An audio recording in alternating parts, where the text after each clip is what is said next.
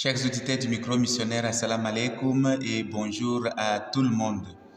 Voilà, le 18 décembre passé, donc hier, voilà, le dicaster de la doctrine de la foi vient de publier une déclaration rendant possible les bénédictions des couples homosexuels et aussi des couples qui sont en situation irrégulière, c'est-à-dire les couples qui vivent en dehors du cadre traditionnel du mariage catholique. Cette déclaration est tombée sur les oreilles de chrétiens comme une bombe atomique qui risque d'avoir des répercussions néfastes sur l'engagement et aussi la foi de certains fidèles. Nombreux se posent des questions.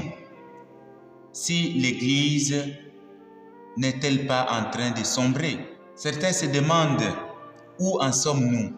Et d'autres disent, enfin, l'Église autorise les péchés. L'Église officialise le mariage des homosexuels. De prime abord, je demande aux chrétiens catholiques de garder leur cœur en paix, d'être dans la paix.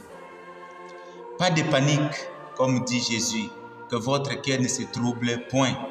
Croyez en Dieu et croyez aussi en moi. Jean 14, 1. En outre, la promesse de Jésus à Pierre reste irrévocable. Tu es Pierre et sur cette pierre, je bâtirai mon église. Et les puissances de la mort ne prendront aucun pouvoir sur elle. Matthieu 16, 18. Mes frères et sœurs, gardons nos émotions, gardons notre tranquillité, gardons nos cœurs en paix, parce que nous savons que le Seigneur a vaincu le mal, il a vaincu tout, et donc l'Église ne sombrera jamais. Par ailleurs, quand il y a des nouvelles bouleversantes comme celle-ci, il est important de s'approprier d'abord du document, de le lire attentivement, au lieu de s'appuyer sur les commentaires propagés, offerts par le média. Ensuite, en tant que chrétien, devant une nouvelle qui nous bouleverse, qui nous dérange, nous devons garder notre tranquillité, notre paix. Je vous donne la paix et je vous laisse ma paix. Mais plus encore, lire attentivement, lire les événements avec les yeux de la foi. C'est-à-dire quoi? C'est-à-dire comment cela se présente-t-il à la lumière de la foi? Un tel regard éclairé par l'espérance, par la foi, fait également apparaître les choses sous un jour différent. Qu'en est-il alors de la bénédiction des couples homosexuels et des couples en situation irrégulière? Le pape autorise-t-il le mariage des homosexuels? Ou encore autorise-t-il le mariage des divorcés remariés? La réponse est non et non. Le pape n'a pas autorisé le mariage des homosexuels. Le pape n'a pas autorisé le mariage des divorcés et remariés. Ça, c'est non. La doctrine de l'Église sur le mariage reste intacte, pas de changement. En effet, en parcourant ces documents, cette déclaration et en les lisant attentivement, je me suis rendu compte que le souci du pape François est un souci pastoral. Sa préoccupation est que nombreux parmi nous ont cultivé le sentiment d'hostilité et de rejet absolu envers les homosexuels, bien qu'ils soient dans le péché. Entre-temps, mes frères et sœurs, imaginons un peu la chose. Si le Christ revenait aujourd'hui, quel serait son regard envers les homosexuels? Est-ce qu'il les aurait rejetés et les envoyés au feu de l'enfer? Ou il les aurait approchés comme il a approché Matthieu le publicain, comme il a approché la femme pécheresse, comme il a mangé avec les scribes et les pharisiens, pour les aider à découvrir le vrai chemin de l'amour. Et c'est précisément à cet égard que le pape François nous exhorte à ne pas perdre la charité pastorale et à éviter de nous constituer en juges qui ne font que refuser, rejeter, exclure sans rien proposer ensuite. La bénédiction, selon son étymologie, signifie dire une bonne parole à quelqu'un, prononcer une bonne parole à quelqu'un, lui souhaiter du bien. Bénir, c'est dire et communiquer les dons de Dieu.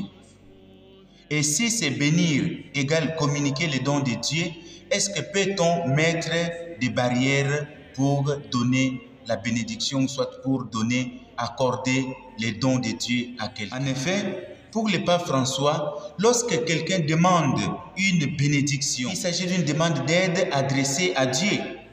Il s'agit d'une prière pour pouvoir vivre mieux. Il s'agit d'une confiance à un Père qui peut nous aider à vivre mieux. Du coup, la bénédiction des couples homosexuels ou soit des personnes divorcées et remariées qui sont en situation irrégulière est une prière. Est une prière. Voire une prière de délivrance, si on peut se le permettre de le dire. C'est une prière de délivrance pour sortir peut-être de l'étroitesse de ce monde renfermé sur eux-mêmes.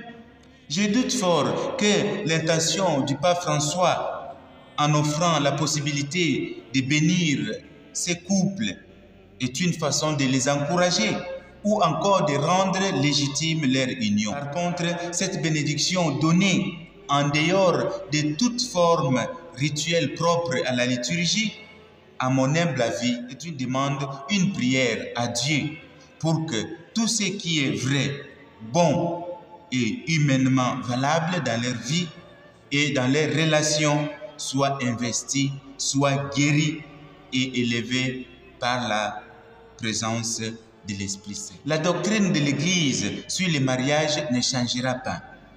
Le mariage est possible qu'entre un homme et une femme, et non entre un homme et un homme, soit entre une femme et une femme. Donc, pas de panique, gardons notre cœur dans la paix.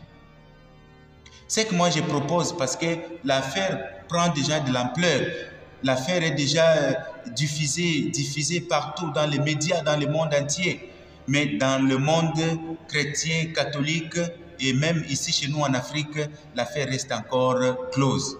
Mais moi je souhaite et je propose que le curé et les vicaires des différentes paroisses puissent proposer des débats avec des fidèles, avec des chrétiens, avec des jeunes, afin que l'affaire soit éclairée, pour que les gens ne restent pas dans l'obscurité, pour que la foi de certains fidèles ne puisse pas sombrer, surtout avec les commentaires que offre le média pour le moment.